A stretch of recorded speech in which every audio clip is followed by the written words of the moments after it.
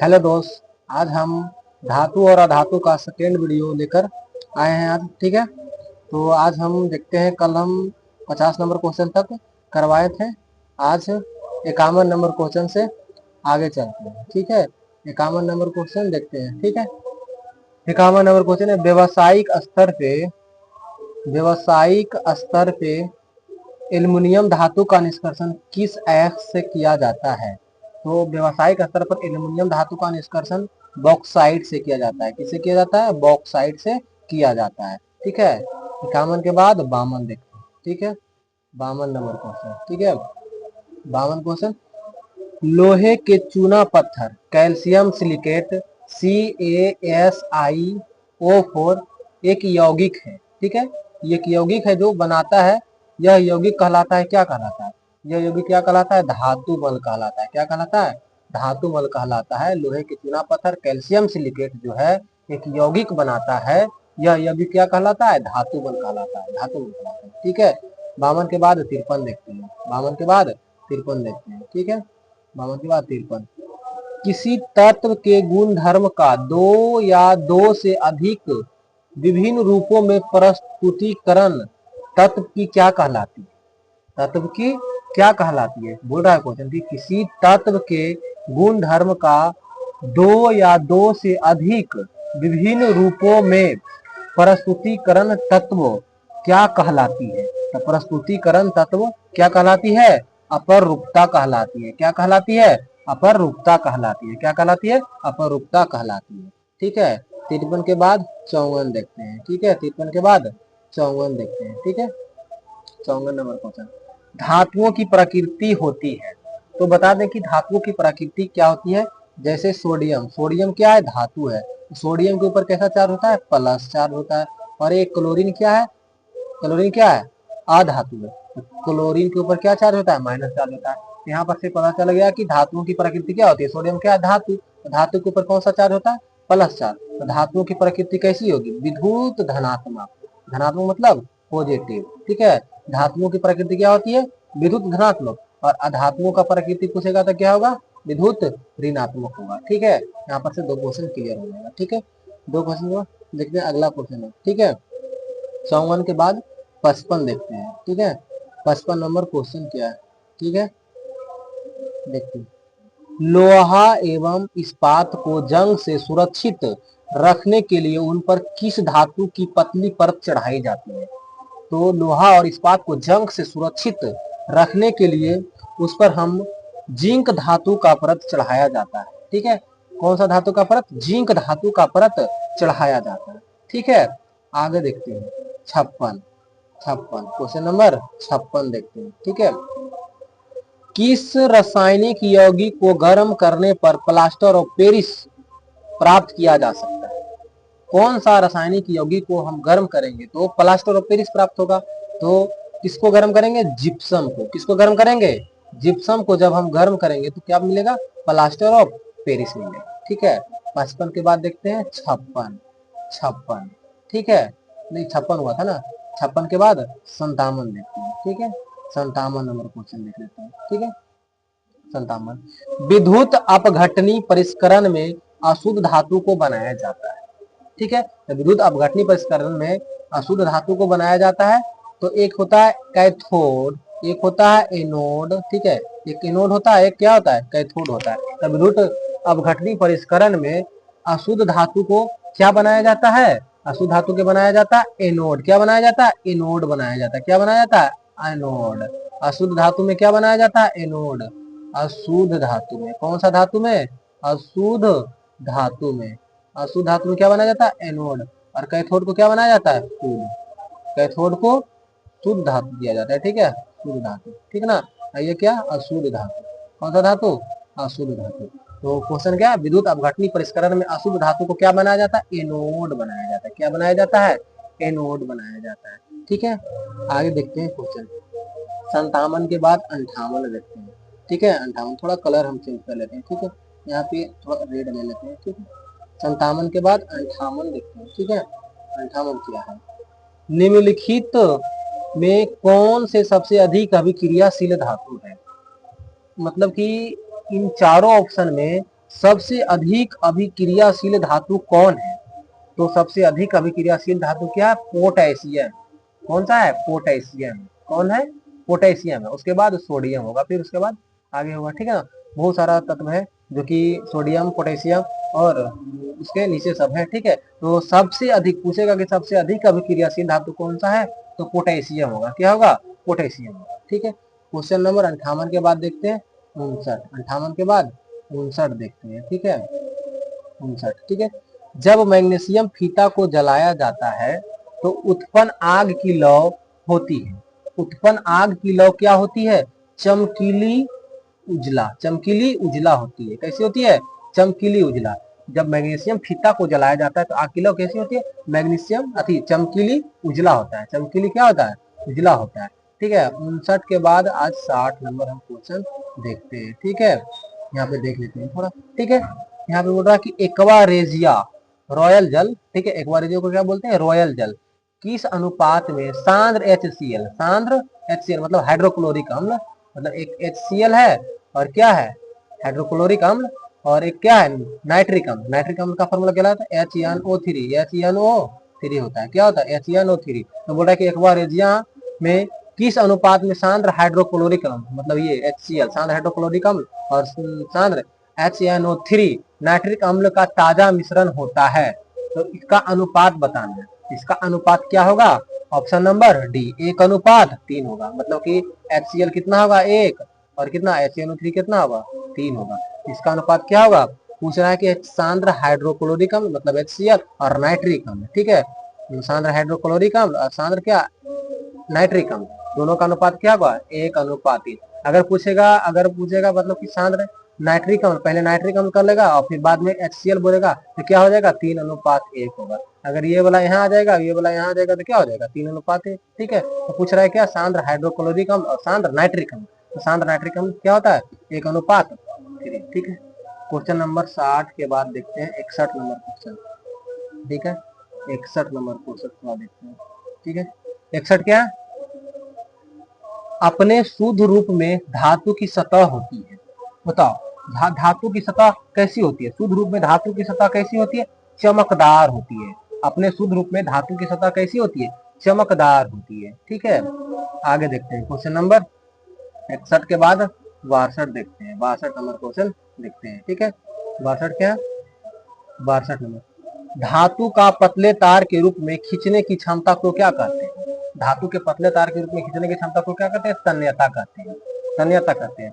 जब किसी धातु को हम पीटते हैं और चौड़ा करते हैं तो उसे क्या कहते हैं? आघात बंधनीयता कहते हैं। तो इसका आंसर क्या हो जाएगा? तन्यता। तन्यता हो जाएगा कि धातु को पतले तार में खींचने के रूप को क्या कहते हैं? तन्यता कहते हैं, ठीक है।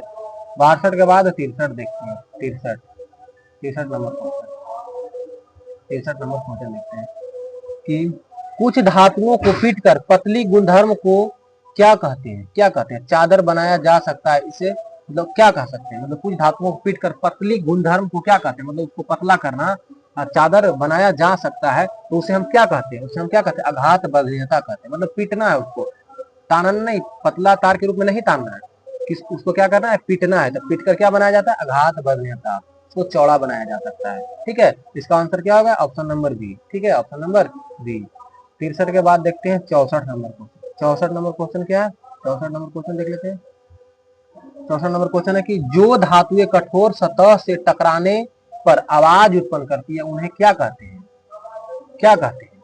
उसे क्या कहते हैं? ध्वनिक या सोनोरस। क्या कहते हैं? ध्वनिक या सोनोरस। ध्वनिक या सोनोरस कहते हैं कि जो धातुओं को कठोर सतह से टकराने पर आवाज आती है तो उसे क्या हम कहते हैं? ध्वनिक या सोनोरस। ध्वनि मतलब आवाज आना, ठीक है। तो वही क्या होगा? ध्वनिक या सोनोरस, ठीक है।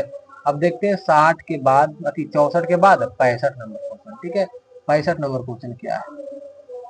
65 नंबर क्वेश्चन क्या? सबसे अधिक तन्य धातु कौन सा है? देखना, इनमें से सबसे अधिक तन्य धातु जो है सोना है। इसमें कौन सा है? सोना है, क्योंकि हम 1 ग्राम सोना से हम 2 किलोमीटर लंबा तार बना सकते हैं। कितना लंबा तार बना सकते हैं? 2 किलोमीटर लंबा तार बना सकते हैं। इसलिए सोना जो क्या है? सबसे अधिक तन्य धातु है और सबसे अधिक आघात बंधनीयता भी है। सोना क्या है? सबसे अधिक आघात बंधनीयता भी है। सोना बोलेगा कि सबसे अधिक आघात बंधनीयता धातु कौन सा है? तो सोना है, ठीक है। क्या है? सोना है। अच्छा, इनमें से जो है ना, सोना जो है बहुत महंगी वस्तु है, महंगी धातु है, ठीक है। सोना जो क्या है, बहुत महंगी धातु है। ठीक है, आगे देखते हैं क्वेश्चन नंबर, अरे यार फोन आएगा इसको।